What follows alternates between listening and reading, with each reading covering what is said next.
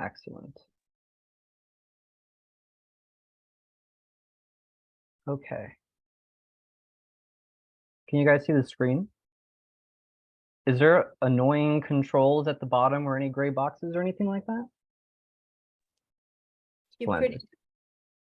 Okay. So hello, everybody. My name is Gerardo, and I'm a fourth-year psychology major and philosophy minor. My project is titled, Does Children's Negative Emotion Differentiation Moderate the Relationship Between Emotion Regulation and Psychopathology? Bit of a lengthy title, but let's go ahead and get started. Okay. So for our introduction, there is no doubt that our country is currently experiencing a youth psychological health crisis. According to the National Alliance of Mental Illness, 1 in 6 youth aged 6 to 17 years old experiences a mental health condition each year. There are many possible ways that we can address this crisis. One of the ways is through a pathway known as emotion regulation. So this refers to the different ways that we respond to our emotions. For example, you might be familiar with suppressing your emotions and not showing them to other people. Another piece of this project is the topic of psychopathology, and this involves mental health conditions such as depression and anxiety disorders. The central piece of this project is, of course, negative emotion differentiation. This refers to experiencing negative emotions as being different from each other. For example, feeling angry versus feeling sad. So studies have established that there is a relationship between emotion regulation and psychopathology, but the relationship does depend on whether the strategy is contextually adaptive or maladaptive. An example of an adaptive strategy is cognitive reframing, which is when you think about a situation in a more positive and constructive way. And an example of a maladaptive strategy is expressive suppression, which I had just brought an example of for emotion regulation.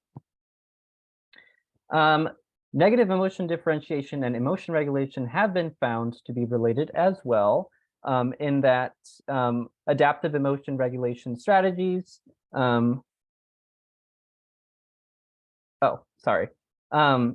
negative emotion differentiation was associated with better emotion regulation if the participants showed higher NED. And NED, I'm going to just abbreviate it to NED now. NED is going to refer to negative emotion differentiation. And then lastly, negative emotion differentiation and psychopathology are also related in that lower negative emotion differentiation has been found to relate to psychopathology, specifically depression and sometimes social anxiety. And so actually, my project is looking at how all three pieces come together and relate to each other. One of the studies that I had looked into actually found that higher NED was related to better emotion regulation and less symptoms of psychopathology. But currently, there are no studies that have investigated this with samples that are younger than 14 years old. And so my study sought to address this gap in the literature. So for my questions and hypotheses, my first question was, is NED associated with children's symptoms of psychopathology? My hypothesis for this was that more NED would be related to less symptoms of psychopathology. This is also known as a negative correlation. My second question was, is NED associated with the use of emotion regulation strategies in coping with negative emotions? My hypothesis for this was more NED is related to more adaptive strategy use, and this would also be referred to as a positive correlation. My third question was, if there exists a relationship between NED and psychopathology, what is the role of emotion regulation? My hypothesis for this was that emotion regulation may moderate the relationship between NED and symptoms of anxiety. Moderate being a fancy term for a variable that can affect the strength of a relationship. And additional analyses included respiratory sinus arrhythmia. So respiratory sinus arrhythmia is basically a biological measure of your heartbeat in relation to your breathing. And it's also thought to relate to emotion regulation. I will be getting more into the details for that a little bit later, but I also wanted to assess whether that related to all three of these constructs. Now for my methods. So for my methods, I had 106 participants. The data for this project was collected from a larger study conducted by the Emotion Regulation Lab here at UC Riverside. It was a sample of 106 participants whose ages ranged 7 to 11 years old. 59 of these participants were boys and the rest were girls. On the right, we can see a breakdown of the participants' income that was reported by the parents. Half of the sample actually had an income of 40,000 or less, which qualifies as low income. And however, I will note that there were a few participants that either chose not to report their income or the data was missing. So this may not be the most accurate reflection.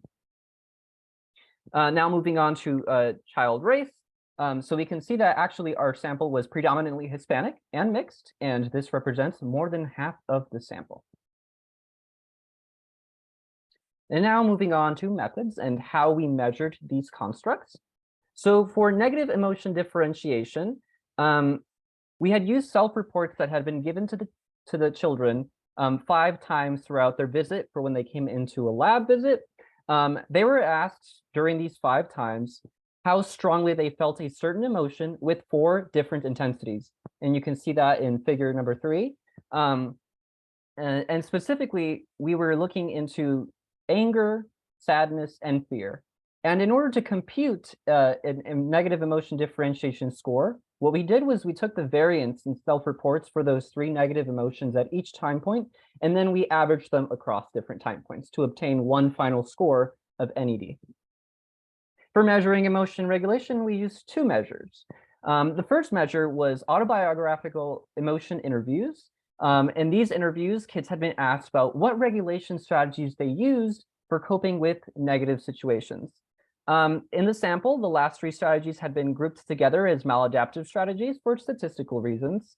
And the second measure was what I had referred to earlier, which was the respiratory sinus arrhythmia.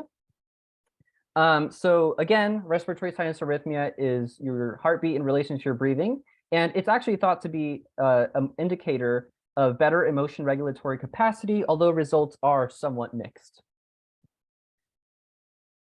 Okay, and I'm going to abbreviate that as RSA moving forward.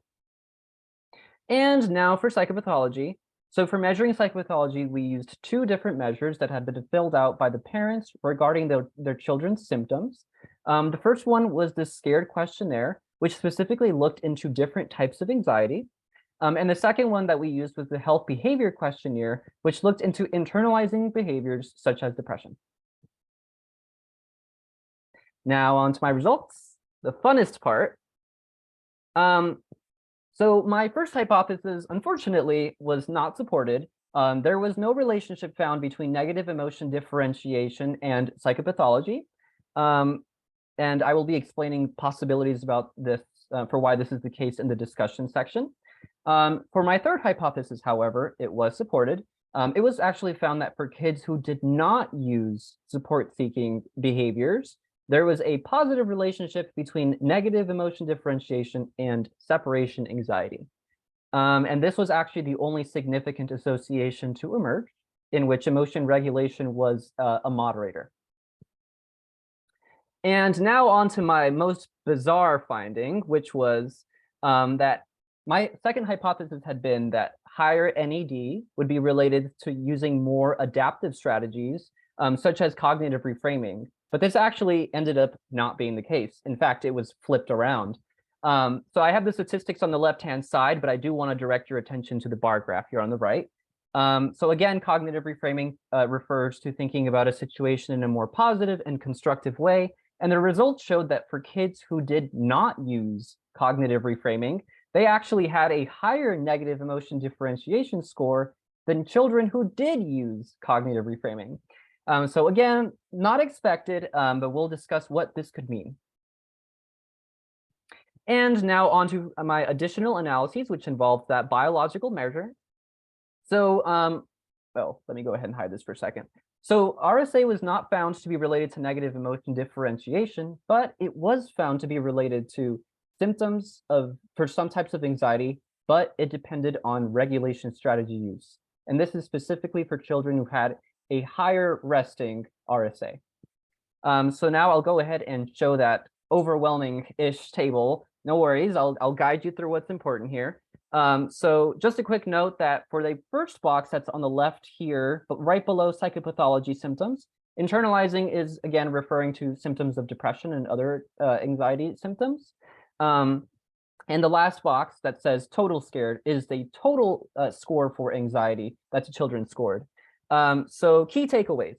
So for kids with higher resting RSA who used cognitive reframing and support seeking, which are known to be those adaptive emotion regulation strategies, there was actually less symptoms of anxiety. And for maladaptive strategies, which is on the right side of that chart, kids with higher resting RSA who did not use these maladaptive strategies also had less symptoms of anxiety. So again, to sum it all up, higher resting RSA was related to less symptoms for some types of anxiety, but it depended on regulation strategy use. And now on to my conclusion. So let's actually discuss what the first hypothesis and the other ones could actually mean. So again, in the first hypothesis, NED and psychopathology was not found to be related in my study. This could possibly be due to methodological limitations. So for this study, we actually computed NED in a different way than previous studies have done. This was mainly because the data that had been collected for this, the data that was used for this study had not been collected with the original intention of measuring negative emotion differentiation. And other studies also used different methods to measure negative emotion differentiation, such as with daily diaries. For hypothesis 2, again, it was found that NED was higher for kids who did not use cognitive reframing. This could possibly be because of the risk of rumination. So it's possible that children who experience more negative emotions, or children who experience negative emotions as being more different than each other, would not want to use cognitive reframing, as this might lead to overthinking about how they're feeling, what specific feelings that they're having, and that can probably lock them in a cycle of negative thinking as well. And then for my third hypothesis that was supported, which was NED was positively associated with separation anxiety for children who did not use support seeking, which is also somewhat counterintuitive, actually. This could be possibly because children who experience separation anxiety can end up experiencing multiple negative emotions, which can then further discourage their attempts at seeking support for their emotions. Gerardo, in all fairness, you're a little bit over time now, so are you able to bring it to a conclusion fairly swiftly? Excellent. Will do. Thank you. Thank you for letting me know. So I'll go ahead and just say that for the resting RSA, that was just seen as a more protective factor for, again, some types of psychopathology based on regulation strategy use. So again, our country is experiencing a youth psychological health crisis. This is one of the first studies to investigate this three-part model in childhood. Future analyses, which is why this is emerging research, is because I'm going to investigate how NED could be a moderator between emotion regulation and psychopathology. And I will specifically also look into whether NED is related to depression. And this can have clinical and intervention implications, as we can use this type of research to inform approaches such as mindfulness-based approaches and help address the mental health crisis that we're having in the country. Thank you. Really terrific, Gerardo, and yet again, another wonderful presentation. I feel very, might we just stop the recording before we go into Q&A? Yes.